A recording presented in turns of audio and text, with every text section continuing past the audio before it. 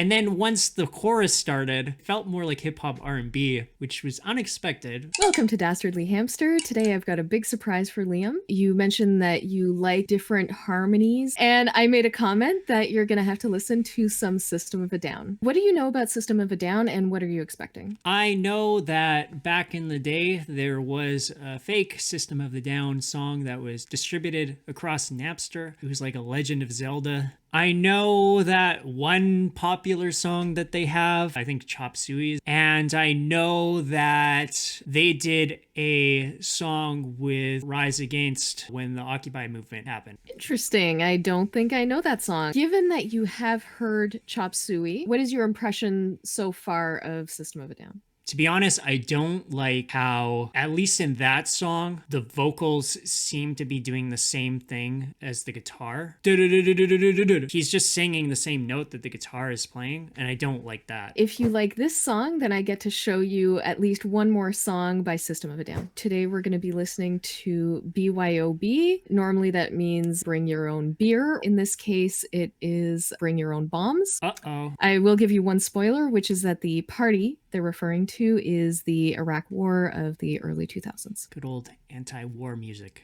I assume it's anti-war. Maybe it's pro-Iraq war.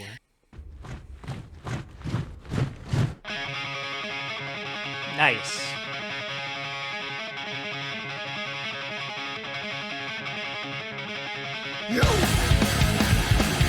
Okay, so already I really like the opening. It's like really quick to start. And I really like fast picking too. Yeah, I already like it.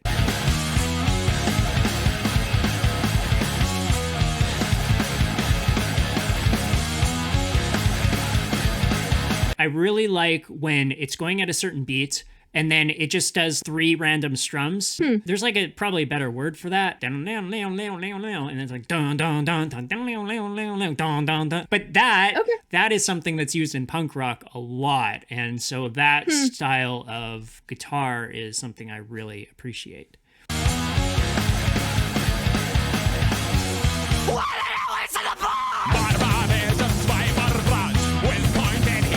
Okay, sorry to pause so much.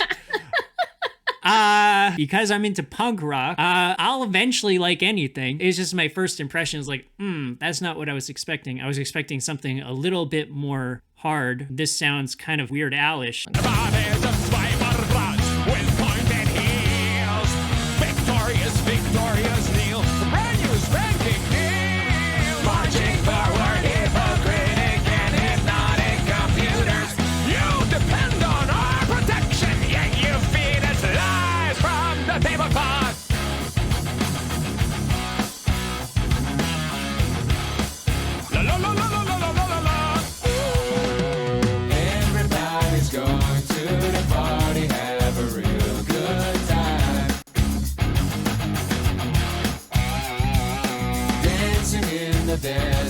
It has like a bit of an R&B, like hip hop sort of vibe to me. That's the joke, is that now they've gone into this poppy party type music, but the party is awful, right? Okay. And we see these attractive people dancing around and we go, hey, I want to be part of that party and have fun like they're having. But the party, in fact, is not a party, no matter how much they try to dress it up. Blowing up the sunshine.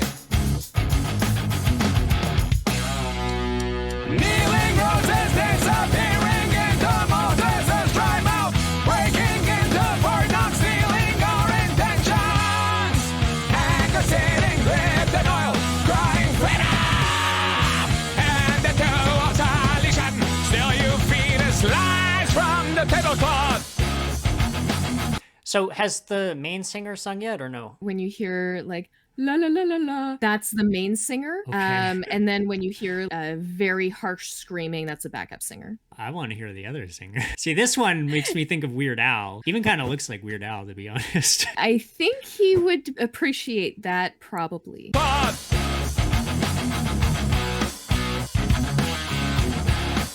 la la la la la la la la la. Everybody's going to the party, have a real good time. Dancing in the desert, blowing up the sunshine.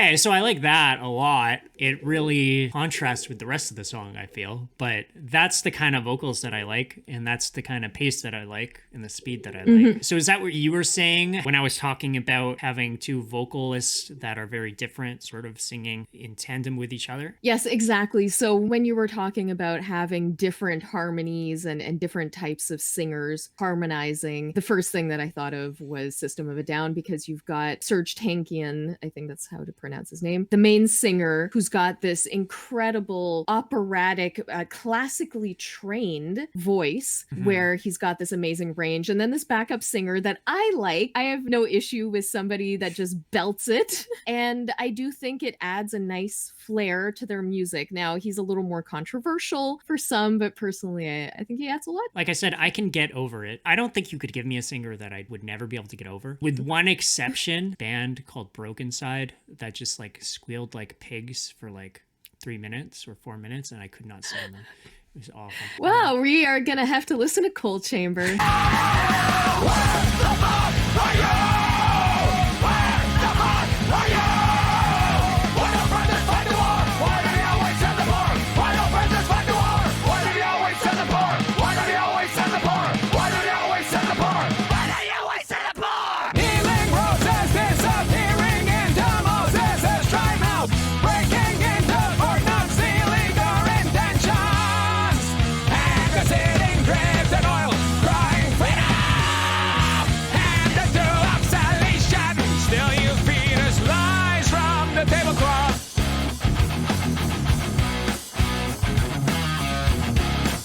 La la la la la la la la la. Everybody's going to the party, have a real good time. So I like the part earlier when he said, why do they always send the poor? And they sort of repeated that part over and over again. I thought that was a good use of repetition. Anything where it's like they were trying to emphasize a certain point, I like that when they can just keep repeating it. Rage Against the Machine does the same thing, is they'll take that one point that they really, really want you to absorb and repeat it over and over again. And then that gets stuck in your head, and even if you disagree with the message, it'll still get stuck in your head and become something that percolates into your consciousness, even if you initially disagree with it or permanently disagree with it. Dancing in the desert, blowing up the sunshine. Well, everybody's going to the party, have a real good time.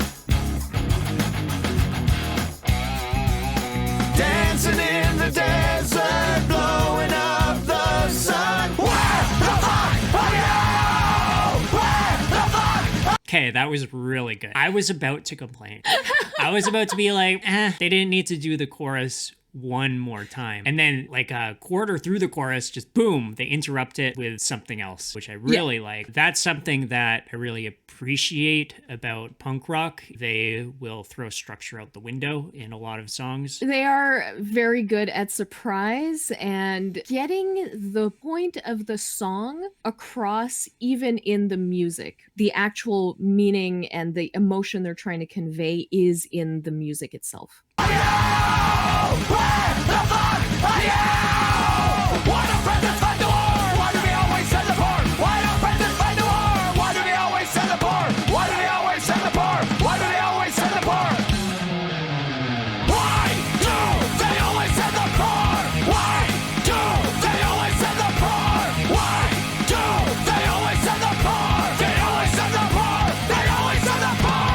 Perfect outro. Okay, so this is how I like my outros. Something that is different from the rest of the song, but it doesn't stay too long. Because now, when I listen to this song, I can look forward to something different at the end. What is your rating? Yeah, I thought that was really good. It had a lot of different styles in it. We started really hard, really aggressive. It started like a punk song, I think. Once the singing started, I'm not even sure what I would classify that as. It's kind of hard to define what genre I'd put that in. And then once the chorus started, it felt more like hip-hop R&B, which was unexpected. I don't mind it. I think actually that's good for bands to do stuff like that, especially if a band has been around for a while, to incorporate different genres into a familiar genre. So, for example, if we've been doing metal for a long time, maybe I could throw in like some J-pop and maybe that would fit well. Good trolling, but Yeah. But yeah, I like when they try that, when they try incorporating two different genres. I really liked how it got super fast in the middle there, like during the bridge, and I liked the part do do do do do do do. Why do they always send the poor? The only reason I wouldn't give it the 5 is because of the Weird Al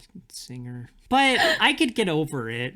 I wish the whole thing was fast and aggressive. See, here's the thing. I think I would appreciate this song more if I had heard their other songs that are all fast and aggressive, and then I heard this one, and it'd be like, oh, this is a nice change of pace. But because I haven't heard that yet, this one doesn't feel like a change of pace. It just feels like this is my introduction to them. So I want it to be like all fast and hardcore. But really, that's probably all their other songs. So I appreciate that presumably they're allowing themselves to branch off here. So for that reason, for the creative aspect of it, their willingness to try something different, and because I really like the aggression, I'll give it a 5 out of 5 ham stars. that's awesome. I'm really glad that you like it. For me, I also am less of a fan of the singy parts, but I do see it as a very sarcastic kind of party tone. I appreciate the meaning behind it. I'm not sure I would like the song as much if I didn't understand the words. On that basis, I'm going to give it a